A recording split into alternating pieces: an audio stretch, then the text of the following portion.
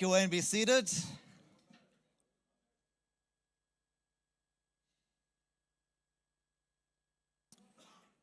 So as we said, these two guys are going to preach. I like it. These two guys are going to preach to us this next session. And building on what Wojtek has said, we're going to set ourselves up to wait on the Lord. And cool thing, Claire. I asked your brother. I said to him, tell me one good thing about your sister. He said this. He says, she forgives easily from the heart. That was the thing. I said, say one thing. It was a good one. I said, say one thing, and that was what he said. He then went on to say, she loves unconditionally. I think if nothing else qualifies you to speak to people, that does. I asked some of the guys at the back about Jonas.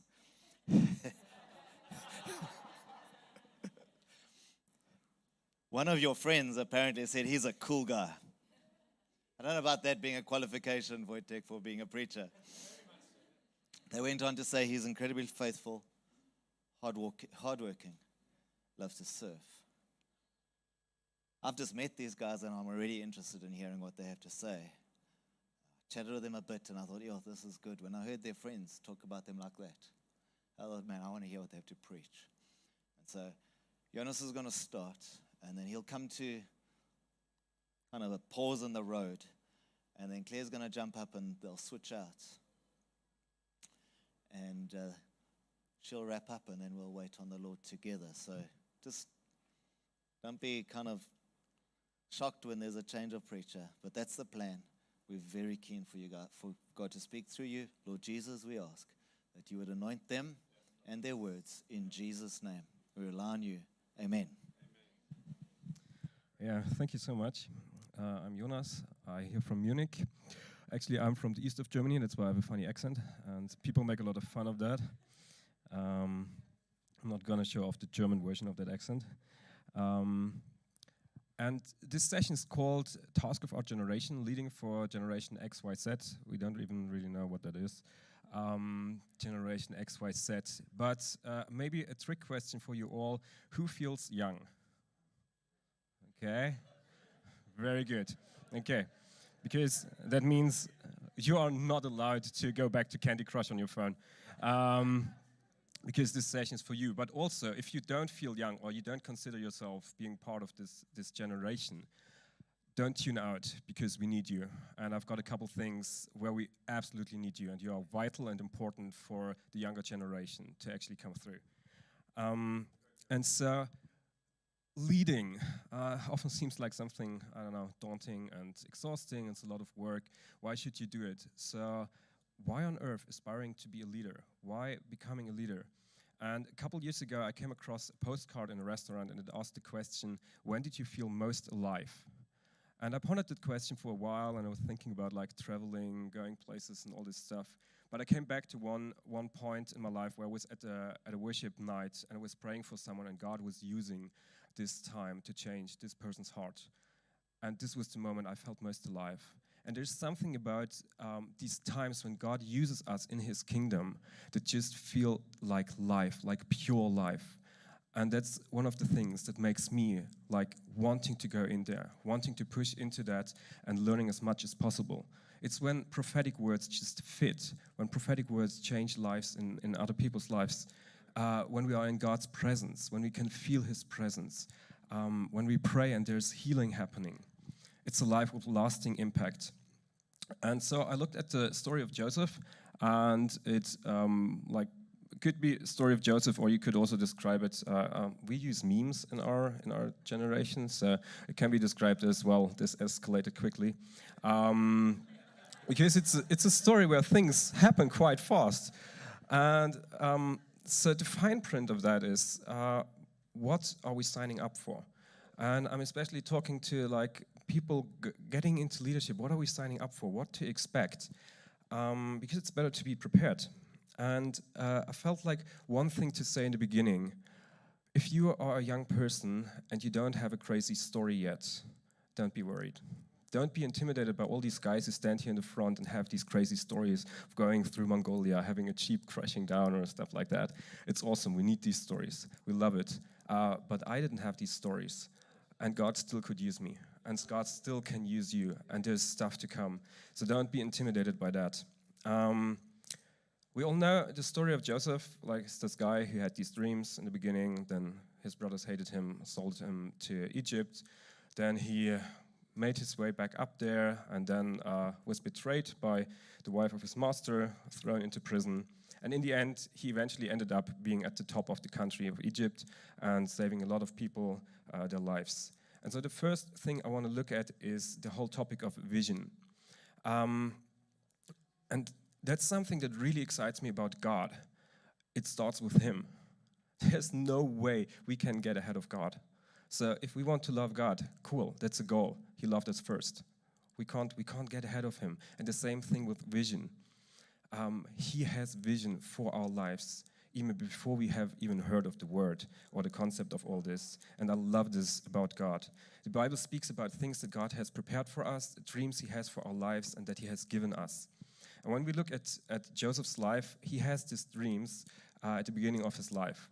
And that can be intimidating, because not every one of us has these dreams. Okay, so now I'm already in my 20s, and so I'm already. But so maybe you are in the middle of your 20s and you didn't have this experience when you were like 12, and you think there's something missing. No, again, don't be intimidated by that. Because the thing is, and that's the first question that we have, how to get vision, it's not something we can make God do to us. We don't decide how God gives us vision.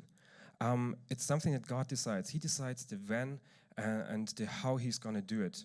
But at the same time, vision is so important. At least for me, I over the years noticed how much I needed it just to go on. Because, yeah, leadership can be exhausting, can be tough at some times, and it's so important that we have vision. So how do we get it? If we can't make God give it to us, what can we do? And I think there's two things that we can do, and one of the things Tyron already told us yesterday, and it is to seek God and to ask Him, dreaming with God. There is, in my opinion, no way around spending time with God. There is no shortcut. We can't do that. And so all these things we learned in like Sunday school, like spending time with God, having our quiet time, it is vital. We need that. It is so important, and there's no way around that. Jesus Himself said, I can't do anything of my accord, but I do what I see the Father do. So we need to be close to God in order to see what He's doing. And what I think is, the closer we get to God, the more we see His heart, the more we see how He thinks, the more we grasp His heart and His idea for His kingdom, and the more we'll also understand how we fit in, what our place is, and the more we'll grow with a vision for what we're actually doing. Psalm 37 verse 4 says, like, delight yourself in the Lord your God, and He will give you the desires of your heart. One of the translations says, He will put His desires in your heart. So one of the things that we can do to get vision is to just be extremely close to God and delight ourselves, spend time with God, be close to Him, and learn His heart for people around us. And we'll find our place. And also for young people, and maybe also old people, just try a lot of things. There's no way around that. We just have to try a lot of things. We have to fail, and that's good. Second thing we can do, we can surround ourselves with people that have vision and that are close to God. If you know a prophet, follow him. Eventually, he'll have a word for you. And that's what I loved in my journey. I had a lot of people around myself who just loved God and who were visionary, and that rubbed off on me. So being here at this conference is already like the right thing to get inspired, to get vision, because this is where we get the ideas, where we get to see God's heart. It is really good to have an equip. Okay, what do we do with, now we've got vision from God, what do we do with it? We've seen what happens if we tell it to other people, so that didn't go well for Joseph. The question that I have is, do we have trust-filled relationships? Do we have people around us that love God and that we trust and that trust us? And the thing is, that's not something that comes from nothing. It's not something that just happens. It's something we have to build. It's something we have to push into.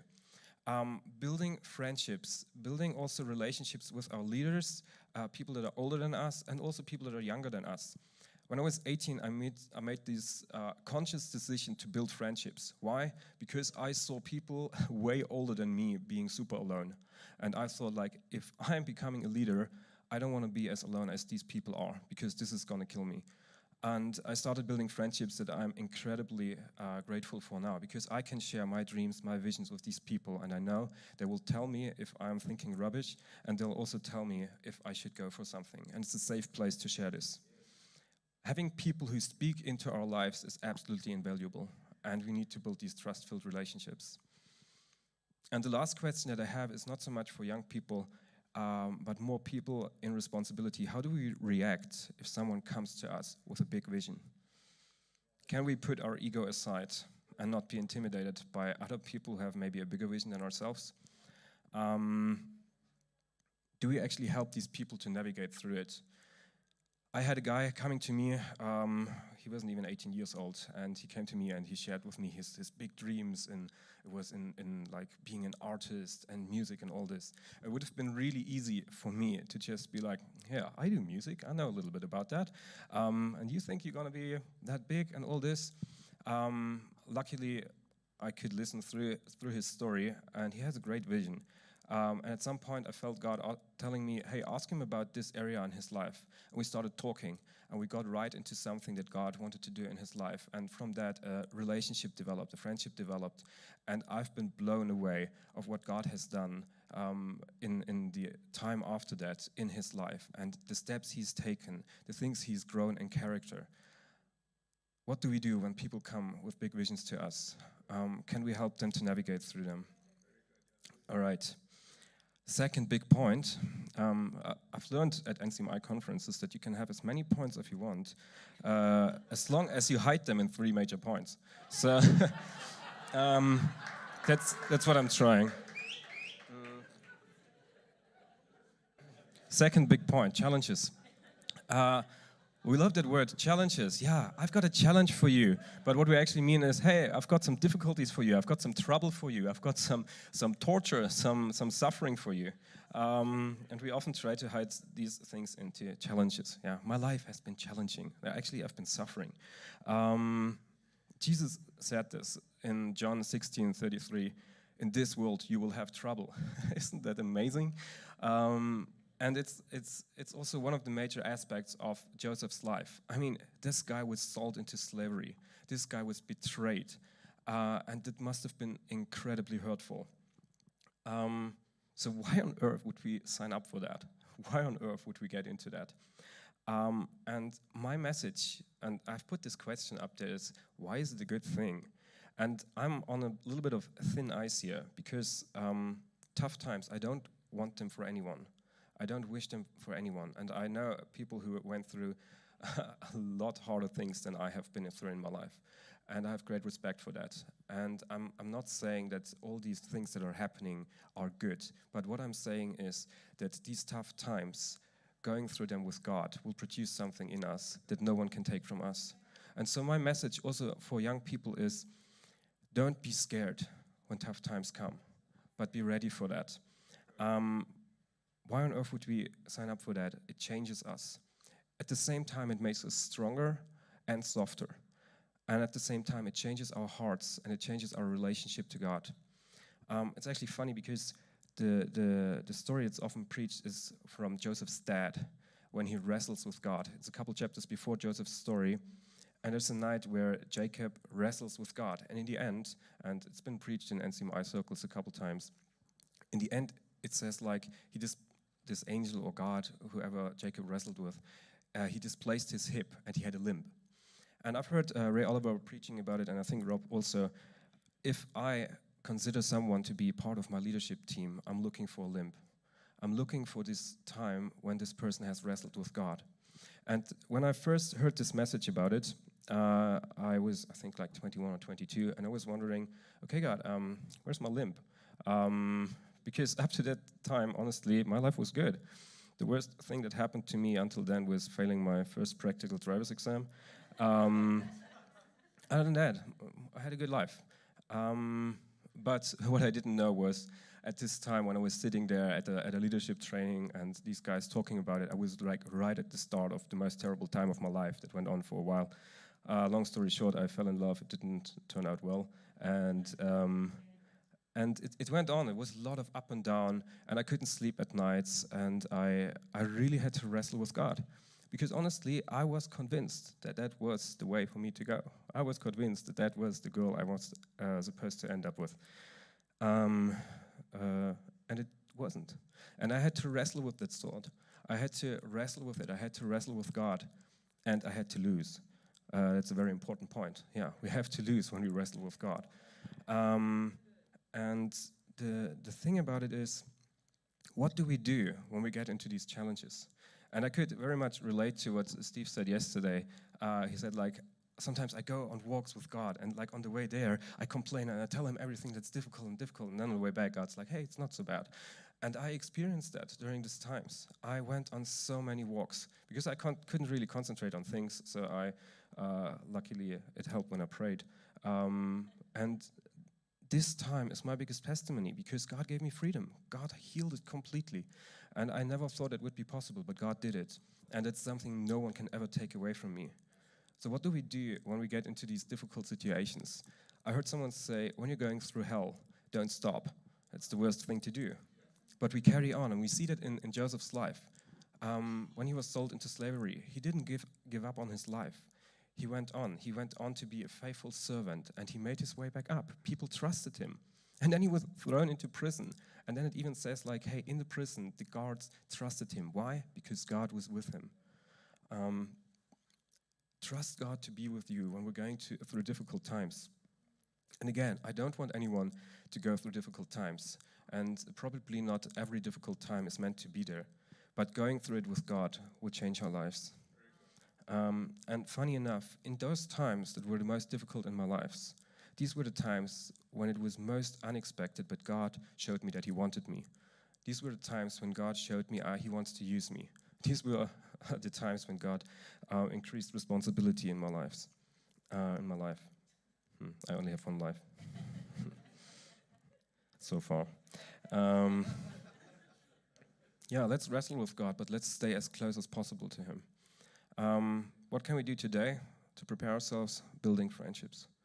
I'm incredibly grateful for all the friendships that I had and people who helped me, who listened to the same story of me complaining about things again and again, and were encouraging me to go on.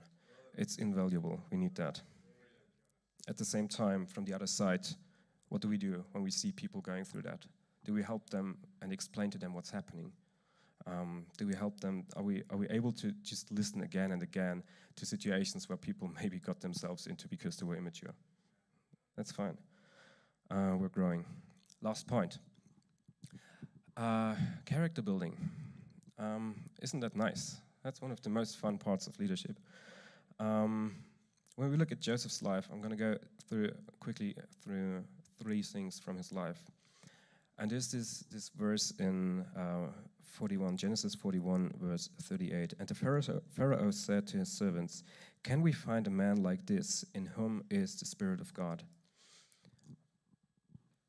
What a compliment.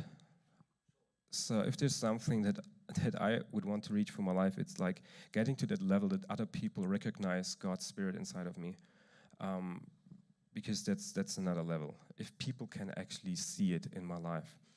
And so what I think, what Joseph developed was an awareness that God was with him. Because throughout the story, it says again and again, God was with him, God was with him, God was with him. And that can seem a little bit arrogant, because honestly, how can we say that God is with us? I mean, we are not that important. We should be with God, right? And maybe sometimes there's this misconception that God doesn't approve of everything that we do, but still he promised to never leave us. So how is our awareness? Are we actually, when we're going to school, I'm not going to school anymore, when we're going to work, when we're going to university, when we're meeting with friends, how is our awareness of God being with us? Do we actually know that who is with us? In German, we say, du hast ein Mitlaufen. It's a German expression of saying like you've got someone walking next to you, but it's more like if you're drunk. And I've got a friend from the States, and she's probably the most, I don't know, yeah, it's maybe a little bit crazy, but she is extremely obedient to God, and God uses her in crazy ways. And God has given her access to people who are super rich and super powerful. And so I've asked her, how do you handle that? Like, what do you do when you're sitting there with these like intimidating, super powerful and super rich people? And she's doing Bible study with them. And the one thing she said that really stuck with me is, I constantly have to remind myself that I'm still the richest person in the room. There's nothing to add to that. And it really inspired me, and it reminded me, yes, there's so much that we're actually carrying when we're going out to other people, when we're going to work. We have God with us. And I think one of the things that came out in Joseph's life then is he knew that he couldn't do anything by himself, but he knew God was with him, and by that he could do things. So when people came to him and were like, hey, we have these dreams, no one can interpret them, he was like, yeah, I mean, it's God's way to interpret these dreams, but please tell me because God is with me. And so he was confident that God would speak to him and God would use him. Second big thing in Joseph's life is integrity. And for me, that's like really closely related to fear of God and obedience. And we know this story. He serves in his master's home, and his master's wife tries to seduce him. In the end, she just grabs his clothes and says, like, he wanted to sleep with me, and he is thrown into prison. But the thing is, when she tries to seduce him, he is telling her, hey, how could I sin against God? He's not saying like, hey, I mean, he is super faithful to his master, yeah? He had like integrity, and Alex has spoken about that yesterday. It's so important. But he says like, how on earth could I sin against my God? He had such a fear of God and wanted to respect him, and God is honoring that. A little later, when his brothers come, there's a situation where he's like, do this and that, and for I fear God. So his reasoning is, I fear God, that's why you should trust me. And our integrity, our fear of God, and our obedience to God will be questioned again and again. They are quite closely connected. And I could tell some stories about some young people, younger than me, that God has placed around me in the last couple of years that are just examples of integrity, examples of fearing God. And God uses that. He uses it by giving them influence in other people's lives, by helping them through life, healing them, like crazy stuff, yeah? I've got friends, they fasted for 21 days in the middle of winter, and they didn't tell anyone about it. They didn't make a big fuss about it. The outcome of that, one of them was healed of being allergic to wheat, and she could eat bread again. God just honors when we are chasing after him, when we're full of integrity, when we're fearing him. And so often, and Wojtek also mentioned it, it's so important. Often these areas are sex, money, and power. And we need to be really ready for that. Yeah. Last thing in Joseph's life, a love for others. At the end of his life, his brothers come to him and he finally reveals himself to them and says like, hey, I'm Joseph, I'm your brother. And they could be really scared because he's the most powerful man there. And he could easily like send them to prison or get them killed or anything like that. But he has no bitterness. He had learned how to forgive. He had learned that to see the bigger picture and context. So he saw that God was actually using him to save a lot of people. He had peace with it, and he forgave them. And I think so we've got this chapter in the Bible, like 1 Corinthians 13, and it talks about the love and like how important it is. And Paul calls it the most excellent way. And he doesn't say that just like because he thinks that's a cool thing to say. I think like if we don't learn how to love people and the people that we lead, we're not going to be very good leaders. And that's one of the things that these tough times do to us. Our hearts get softer. If I didn't go through some tough times in the last 10 years, I would be super judgmental. I would be arrogant, I would be judgmental. But throughout time again, and through examples of people that God has placed around me, God has showed me a little bit more of how to love people, and it makes such a difference. Even when their father died, and they were scared of, oh no, now Joseph is going to kill us, now he's going to do something about it. He comes to them and says no, I can see that God had a bigger purpose for my life. I can see how God used me. What you meant for evil, he meant for good, because he is above everything. And Joseph just learned that God is just bigger than all the things that are happening, and he could look past all these things. Yeah, I think I'm going to stop here, because now we're going to come to a much better and much more important stuff that Claire has to say. I'm actually really excited about that.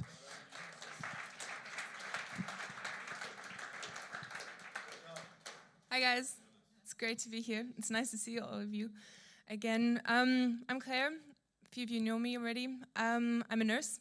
I work with children who have congenital heart defects, and we take care of them their whole lives. So it's challenging, but it's fun. And so as a nurse, are you guys okay? You guys good? You good? Great. Let's get into this. I really want to talk to the next generation. And by that, I don't want to talk about age. I want to talk about the next generation of leaders. But I also want to talk to the guys that are here, that have come. Joel, Eddie, Ethan, Daniel, it's just so cool that you guys are here. Let's talk. Let's get into it. Let's talk about what our task is, what we're going to be doing. Yeah? Let's do this.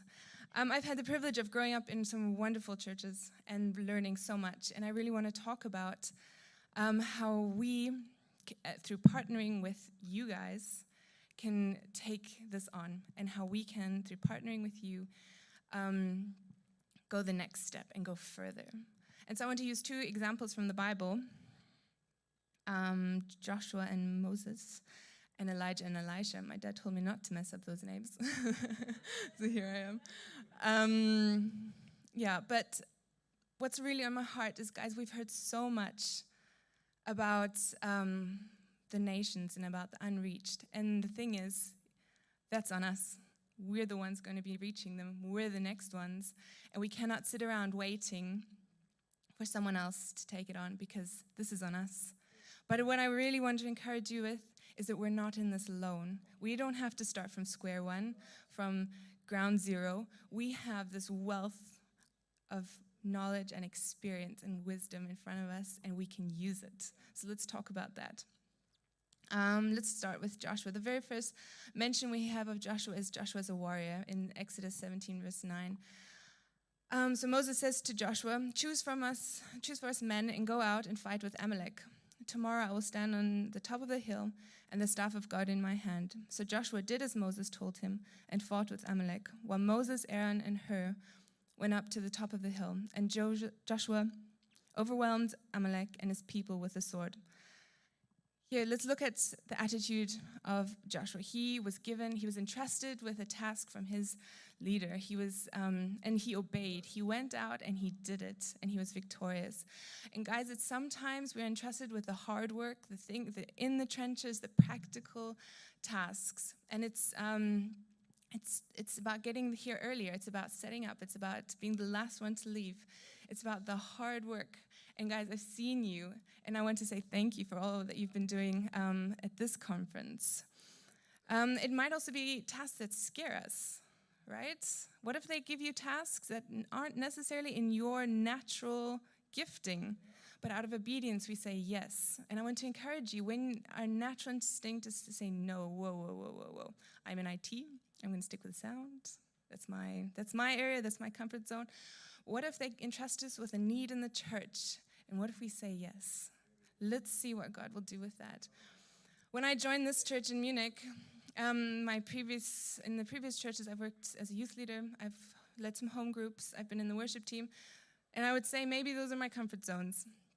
So when I joined this church, I thought, you know what, let's see what God will do. And I went to them and I said, okay, how can I serve? And I went to God with it, and there were two openings, one in the youth leadership and one with children's ministry, just to serve as a teacher. And they said, so these are the 2 openings, and so I went to God with it, and I really felt him put children's ministry on my heart. And I'm telling you guys, children are scary. If you think preaching in front of you guys is tough, try keeping the attention of a 3-year-old. And I really felt God put the children on my heart. So I said yes. And in the beginning, I was just a teacher, and it was wonderful and a lot of fun. And within a few months, I became the leader of the children's ministry. And I cannot say that I have reached the place of comfort yet. I am struggling, and it has been the most challenging and most humbling experience of my life. But guys, when we say yes, we reach that sweet spot of when in our weakness he is strong. And I'm learning, and I'm growing, and I'm making mistakes, and I think my leaders can attest to that and the amount of times I've come to them in tears. But I want to say thank you for entrusting this task to me. So guys, let's say yes, even when it's not in our natural gifting. Joshua, the assistant, and my dad touched on this as well. In Exodus 24, we'll start with verse 12. The Lord said to Moses, "Come up to me on the mountain and wait there, that I might give you the tablets of stone with the law and commandments, which I have written for their instruction." So Moses rose with his assistant Joshua, and Moses went up the mountain of God, and he said to the elders, "Wait for us here until we return to you." And that's all that's mentioned of Joshua. I don't know what he did. He was there. I don't know, but he was there. He was with Moses. He was probably carrying the bags, maybe some snacks, making sure Moses had enough to drink, making his bed. I don't know what he was doing, and I don't know how far up the mountain he went, but he was there. And I think that is so key for us. Guys, we need to be intentional about spending time with our leaders. We need to say, hey, I'm coming up the mountain with you. I will carry your bags. I will make you that cup of coffee. I will be there, because I'm sure he heard the voice of God. And I'm sure he felt the presence of God. And it's so key that we are intentional about our relationships with our leaders. And we need to also be available. In our busy world where career and study and all that is so important, what about making time, being available? It might mean that on the Friday evening where all our other friends are going out, let's be available. Let's be available for that weekend trip. Let's be available let's spend our school holidays going to the outer ends of the world. And even if it's just to learn, even if it's to sit and be in the presence of these guys and to learn and to listen and to pray with them, guys, it's so valuable. And it'll be sometimes small things, picking them up from the airport, and those 20 minutes drive, you can use that time because you have 20 minutes of their full and undivided attention. Ask the difficult questions, ask the important questions. The 15 minutes of driving Chanel and Haman back home, I was blessed, and I will do it again.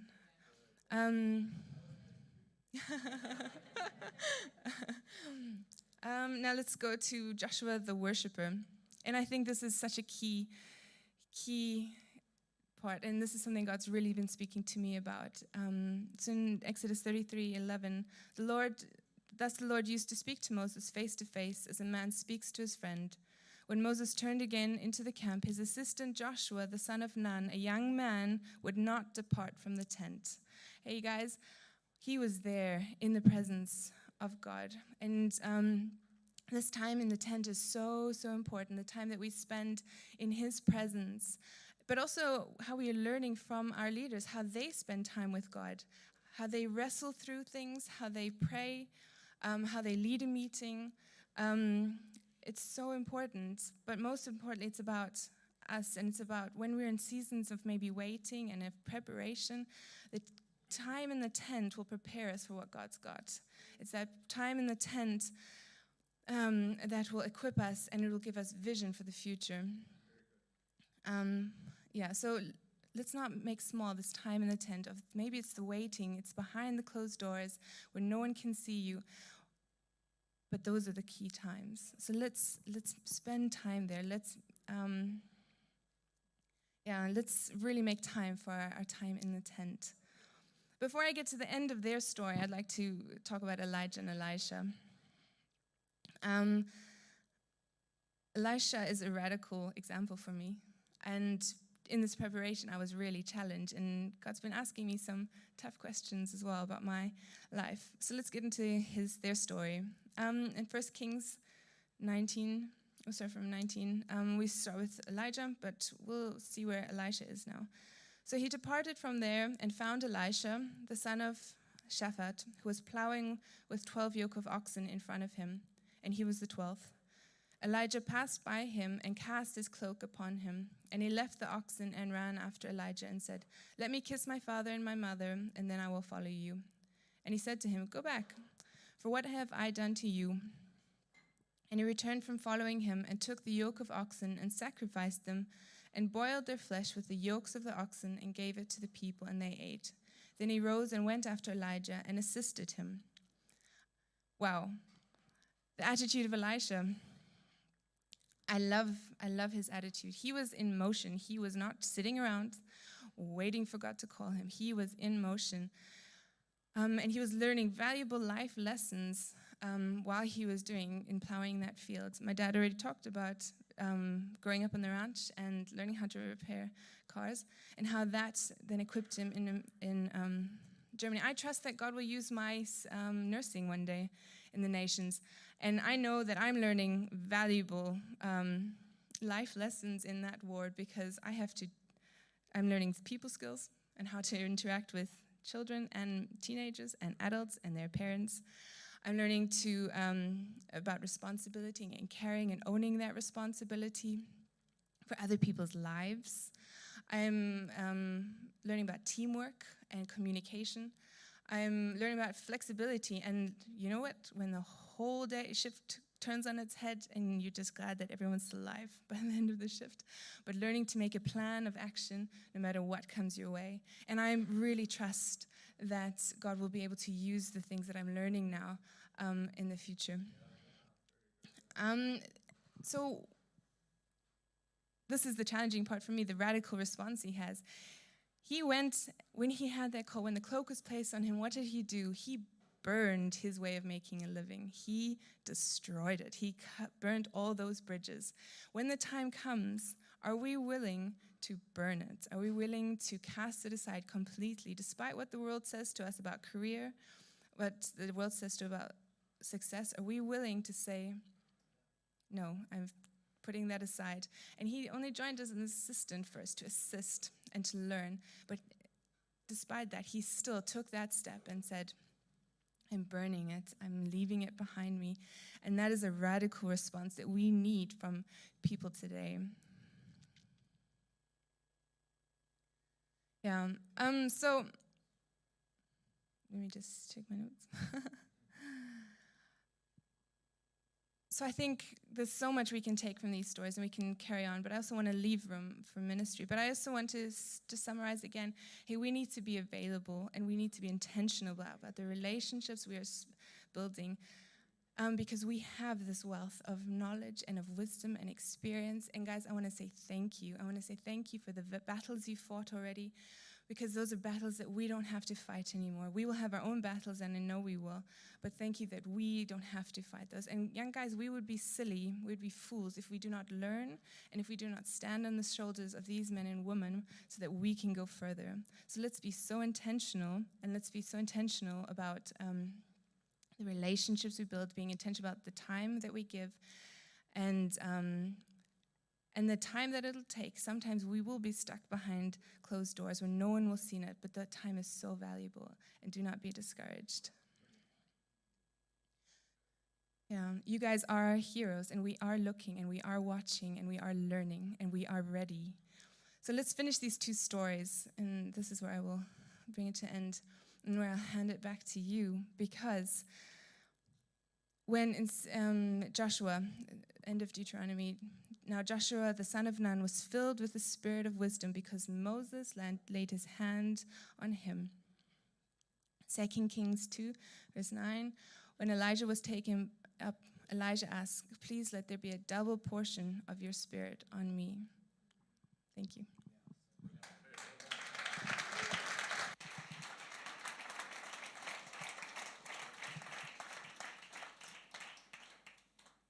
You guys are doing well. So we want to respond to the Lord, right? Maybe, Tay, you guys can come help.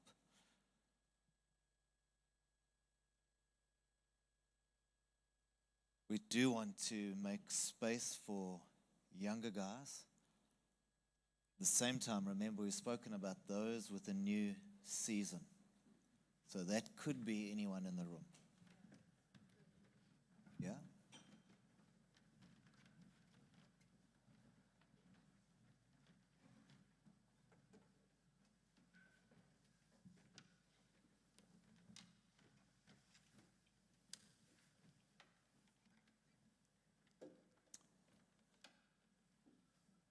We had a bunch of team guys come visit our church in March. They brought a young man who's 19 years old with them. At the end of the weekend, we generally sit around and say, do you have feedback for us? What have you seen? What would you like us to know? Please speak into our lives.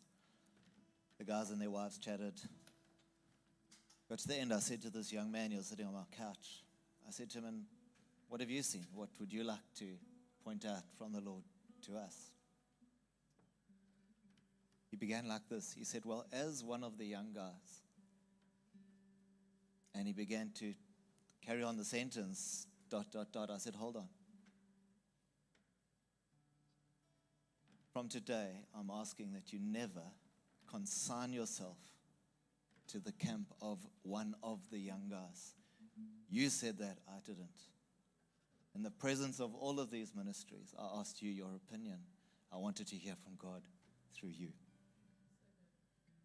I'm saying to you guys today, whatever your age, but particularly to those that are younger than me,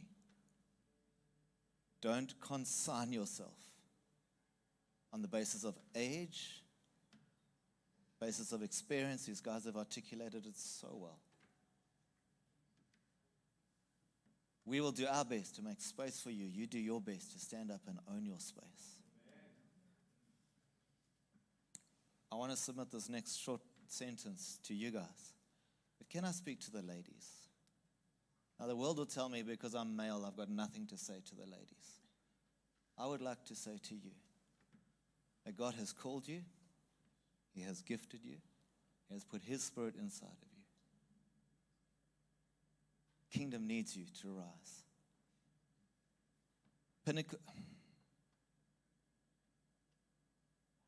Pinnacle of your expectation is not to wait to marry an elder. God has a call on your life if you're a lady.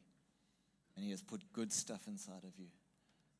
And the church that you're part of, the nations of the world, need you to serve as He has gifted you. Is that okay?